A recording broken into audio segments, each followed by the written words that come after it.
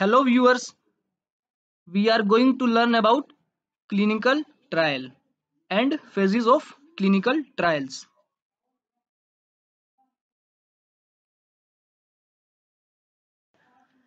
Let's start our discussion with clinical trial. What is clinical trial?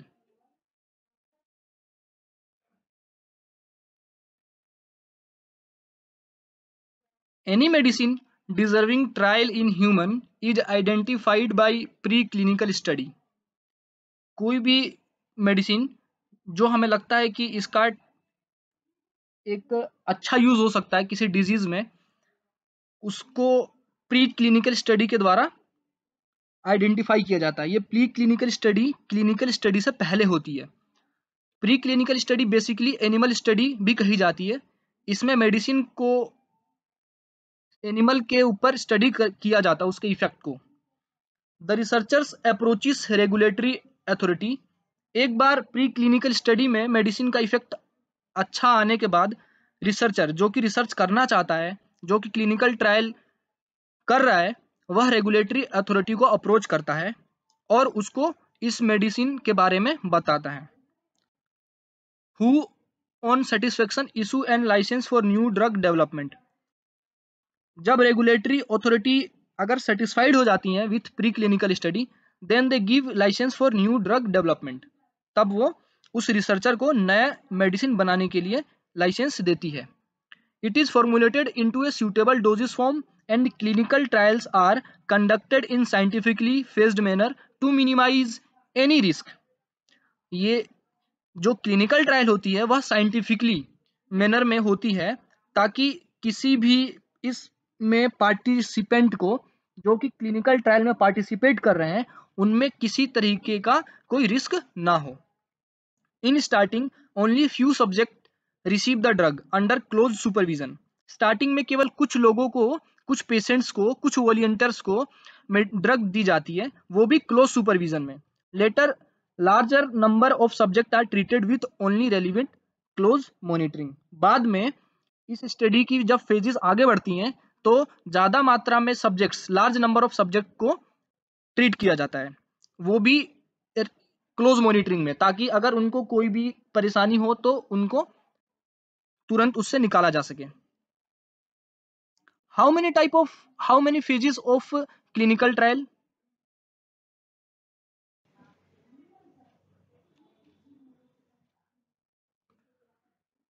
Phase 1. What happened in phase 1? Phase 1 is also known as human pharmacology and safety phase. इसे human pharmacology और safety phase भी कहते हैं। Human administration of drug is carried out in this phase by qualified physician in a facility where all vital function are monitored and resuscitative facilities are available। इस phase में drug को human पर administer किया जाता है qualified physicians के द्वारा, वो भी ऐसी फैसिलिटीज के साथ, यदि उनको कोई परेशानी होती है ड्रग लेने के बाद तो उनको रिससिटेट किया जा सके, वो क्लोजली मॉनिटर्ड होते हैं। यहाँ पर इस फेज में पेशेंट्स को ना लेकर हेल्दी वॉलियंटर को लिया जाता है और वो नंबर 20 से 40, 22 से 40 सब्जेक्ट हो सकते हैं। इस फेज में starting with the lowest dose and increasing to step wise to achieve the effective dose. इस फेज में मेडिसिन को बहुत कम मात्रा से स्टार्ट की जाती है और उसकी मात्रा को धीरे धीरे बढ़ाया जाता है to achieve effective dose. The main goal is on safety and tolerability while the purpose is to observe the pharmacodynamic effect in men। इस फेज का मुख्य उद्देश्य सेफ्टी एंड टॉलरेबिलिटी और फार्माकोडायनेमिक इफेक्ट देखना होता है। Friends, what is tolerability? Tolerability is defined as degree of adverse effect produced by drug can be tolerated by patient. Tolerability, यदि कोई मेडिसिन एडवर्स इफेक्ट कितना प्रोड्यूस कर रही है और वो कितना कोई पेशेंट उसको टॉलरेट कर सकता है, इसे टॉलरेबिलिटी कहते हैं। The what is pharmacodynamic? Pharmacodynamic क्या होता है? Pharmacodynamic is also known as drug act on body. It is a branch of pharmacology deal with effect of drug and their mechanism of action. फार्मेकोडायनेमिक में drug का effect body पर क्या होता है और वो कैसे कार्य करती है, उसका मैकेनिज्म स्टडी किया जाता है. In this phase no blinding is done, the study is open level. इस फेज में कोई ब्लाइंडिंग नहीं की जाती है और स्टडी ओपन लेवल होती है. Friend, what is blinding and why it is done, we will know about in next slides.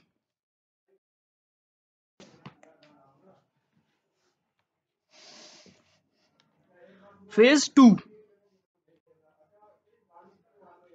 What happened in phase 2? It is also known as therapeutic exploration and dose ranging. इस phase को therapeutic exploration और dose ranging भी कहते हैं. Conducted by physician trained as clinical investigators. Physicians के द्वारा किया जाता है जिन्हें क्लिनिकल इन्वेस्टिगेटर्स भी कहते हैं. Based on scientific inclusion and exclusion criteria about 100 to 400 patients are selected. Inclusion criteria और एक्सक्लूजन क्राइटेरिया के बेसिस पर 100 से 400 पेशेंट यहाँ सेलेक्ट किए जाते हैं. यहाँ पर नोट करने वाली बात यह है कि इस फेज में पेशेंट्स लिए जाते हैं, जबकि फेज 1 में हेल्दी वॉलंटियर लिए जाते थे. और यहाँ पर इस फेज में जो पेशेंट्स हैं उनकी संख्या 100 से 400 होती है. Friends, what is inclusion and what is exclusion criteria? जब भी हम कोई क्लिनिकल ट्रायल शुरू करते हैं तो उसको शुरू करने के बाद हम उसका इंक्लूजन और एक्सक्लूजन क्राइटेरिया बनाते हैं. इंक्लूजन क्राइटेरिया वो क्राइटेरिया होता है जो कि डिसाइड करता है कि किस तरीके के पेशेंट और किस तरीके के वॉलंटियर इस क्लिनिकल ट्रायल में पार्टिसिपेट करेंगे, इसलिए इसे इंक्लूजन क्राइटेरिया कहा जाता है. और एक्सक्लूजन क्राइटेरिया वो होता है जो कि डिफाइन करता है कि किस तरीके के पेशेंट और हेल्दी वॉलंटियर को हम इस क्लिनिकल ट्रायल में नहीं लेंगे, वो एक्सक्लूजन क्राइटेरिया होता है.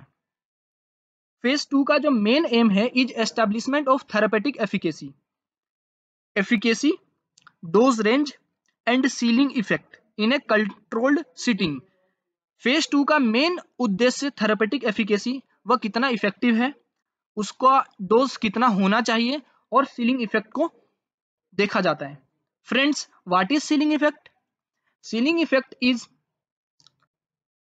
defined as once a limit is reached in increasing dose of drug not produces beneficial effect but produces side effect.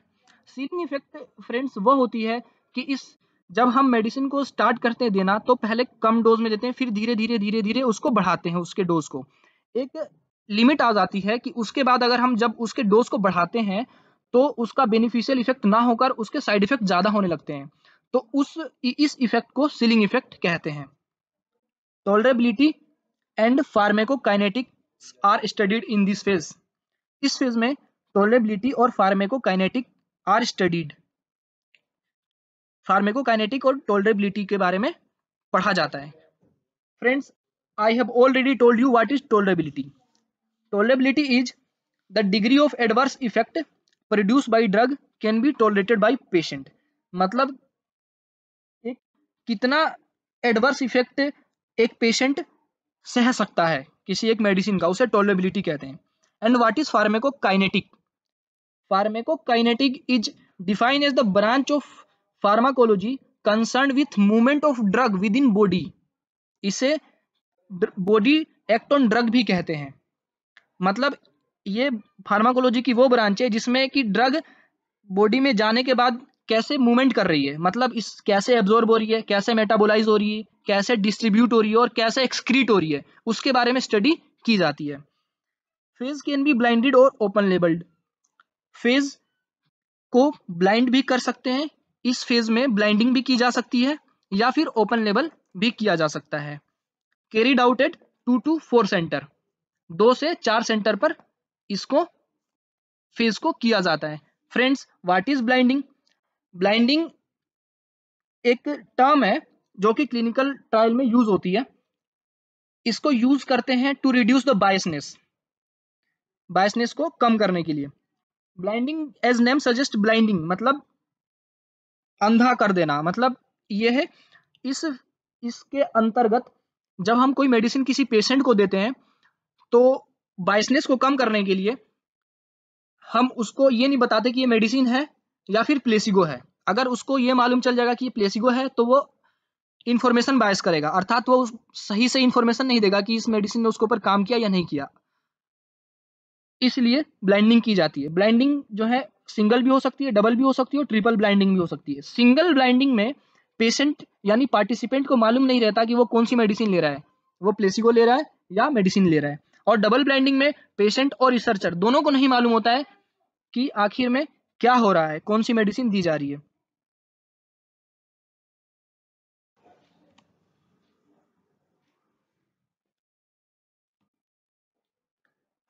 Phase 3. Phase is also known as therapeutic confirmation. Randomization, randomized double blind comparative clinical trial are conducted. Phase 3 में randomized double blind comparative clinical trial conduct की जाती है। Friends, what is randomization? Randomization is a process of assigning patient by chance to group that receive different treatment. Randomization में हम patient को assign करते हैं to different group. And what is a randomized double blind comparative clinical trial? Randomized double blind comparative clinical trial में दो arm होते हैं। एक में होता है हमारा जिसमें हम जो नई मेडिसिन दे रहे हैं, और दूसरे ग्रुप में होता है जो कि उस डिजीज के लिए एस्टेब्लिश्ड मेडिसिन है, उसे दी जाती है। और इसलिए इसका इसमें double randomise double blind comparative term है, मतलब इसमें दो ग्रुप होते हैं। एक में मेडिसिन होती है जो हम नई बना रहे हैं और एक पुरानी मेडिसिन, उसको हम कंपेयर कर रहे हैं कि कौन सी मेडिसिन अच्छी है, नई जो बना रहे हैं हम या पुरानी। डबल ब्लाइंडिंग का मतलब क्या होता है? डबल ब्लाइंडिंग का मतलब होता है कि रिसर्चर को भी नहीं मालूम कि वो कौन सा ग्रुप में नई मेडिसिन दे रहा है और कौन सी ग्रुप में पुरानी मेडिसिन दे रहा है, और पार्टिसिपेंट को भी नहीं मालूम होता है कि वह प्लेसिबो ले रहा है या फिर वो पुरानी मेडिसिन ले रहा है जो पहले एग्जिस्ट कर रही है, या फिर नई मेडिसिन जो कि आ रही है वो ले रहा है। तो ये मतलब है डबल ब्लाइंडिंग का। और कंपेरेटिव का बता दिया। Patient population is 500 to 3000। इस फेज में 500 से 3000 की संख्या में पेशेंट होते हैं। The main goal is to establish the effect of drug in relation to existing therapy. इस फेज का मुख्य उद्देश्य होता है कि जो हमारी पुराना ट्रीटमेंट है उसके कंपैरिजन में जो हमारी नई ड्रग है वो कितनी इफेक्टिव है। अगर वो ज़्यादा इफेक्टिव होगी तो हमारे रिसर्च अच्छा होगा, और अगर वो कम इफेक्टिव होगी तो हमारे रिसर्च नो डाउट अच्छा नहीं होगा। Safety, tolerability and possible drug interaction are assessed on wider scale. इस फेज में टॉलरेबिलिटी और पॉसिबल ड्रग इंटरेक्शन को वाइडर स्केल पर एसेस किया जाता है, क्योंकि यहाँ पर पार्टिसिपेशंट्स की पॉपुलेशन 500 से 3000 के करीब है, तो वाइडर स्केल पे इसको स्टडी किया जा सकता है। और इस फेज में application for new drug is submitted to licensing authority. इस फेज में नई ड्रग बनाने के लिए लाइसेंसिंग अथॉरिटी को एप्लीकेशन दिया जाता है। अगर वो कन्विंस हो जाते हैं तो फिर मेडिसिन बाजार में उतर जाती है।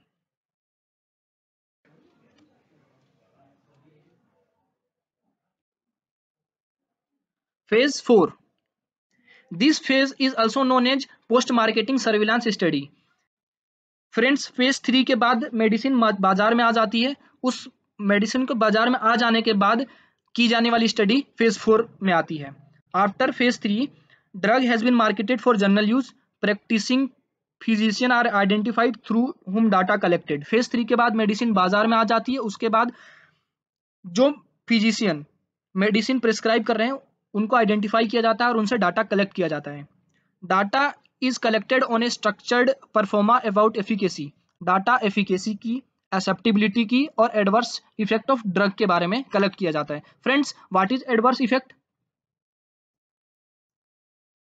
Adverse effect, it is always a harmful effect caused by drug interaction in our body and it is undesirable. Friends, here one term, another term comes side effect. तो what is difference between adverse effect and side effect? Side effect can be predictable but adverse effect can not be predictable. Adverse effect is always harmful but side effect sometime be therapeutic. कभी कभी side effect को हम use करते हैं treatment के लिए भी. For example methotrexate. Starting में मेथोट्रेक्सेट अप्रूव हुई थी कोरियो कार्सिनोमा के ट्रीटमेंट के लिए, but due to side effect इसको अभी अनरप्चर्ड एक्टोपिक प्रेगनेंसी में भी यूज करते हैं. तो this is basic difference between adverse effect and side effect. Friends, in phase 4 uncommon side adverse effect, suspected drug interaction and additional indication में मर्ज from surveillance data. इस phase में हम डाटा कलेक्ट करते हैं, इससे एडवर्स इफेक्ट, ड्रग की क्या interaction हो रही है और उस मेडिसिन को और कौन कौन सी बीमारी में हम दे सकते हैं इसके बारे में भी पता चलता है डाटा से. Further trial involving special group like children, elderly, pregnant में भी undertaken at this stage.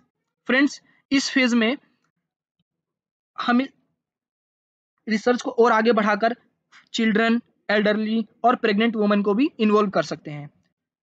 Additional root administration मतलब उस मेडिसिन को ओरली दे सकते हैं, उस मेडिसिन को इंट्रावेनस, इंट्रामस्कुलर और कौन कौन से रूट से दे सकते हैं इसके बारे में भी इस फेज में स्टडी की जा सकती है. और फिक्स्ड डोज ड्रग कॉम्बिनेशन में भी explored also. This is presented by doctor V K Pathak. Thank you. Hope you like this. If you like this, please like and comment and subscribe. Thank you. Thank you for watching the video.